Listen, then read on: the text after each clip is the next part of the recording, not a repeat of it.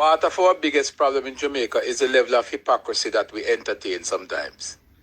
The matter of domestic dispute and domestic violence spread across all political divides. As we speak now, if we are to insist, and which we should do, that George Wright be removed from the parliament, in all honesty, Philip Palwell must be removed, Natalie Nita Headley must be removed, Michael Phillips must be removed. And why? All three is now currently or would have had similar incident as George Wright. Right? Natalie Nita Headley was accused of beating a man. Right? Michael Phillips was accused of beating his wife.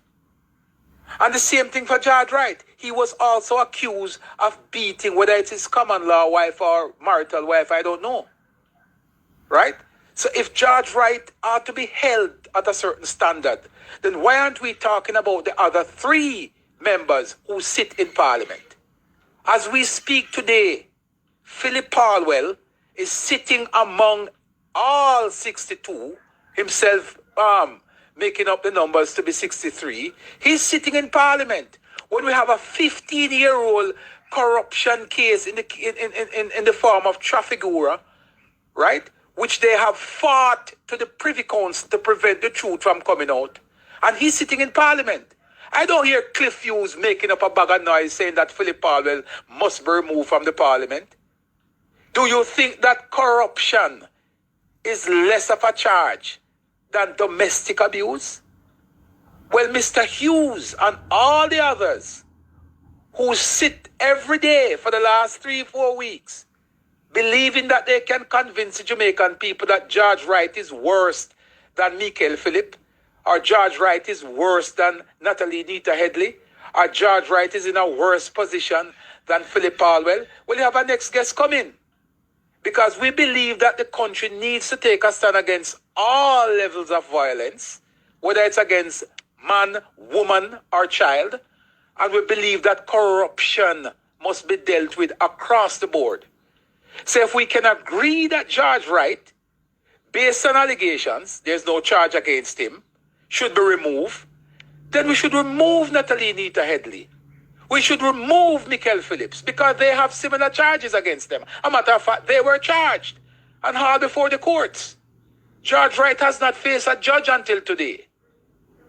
But because of the moral stance that the Jamaica Labour Party has taken on the issue, he's been removed. And we must applaud that move by the JLP, and we must applaud that move by the cabinet to have him sit out. But we must take it a step further. And if we're going to clean your yard, you have to clean the whole thing. So if the parliament is to be rid of people like George Wright, then there are 3 others sitting in there that must be removed. And we call on the Prime Minister. Our Prime is our responsibility. When the Prime Minister was sworn in 2016, him saying don't need the PNP to hold him accountable. He need Labour rights to hold him accountable. Well, I am a proud Labour right, and I will stand up and hold you accountable, Mr. Prime Minister.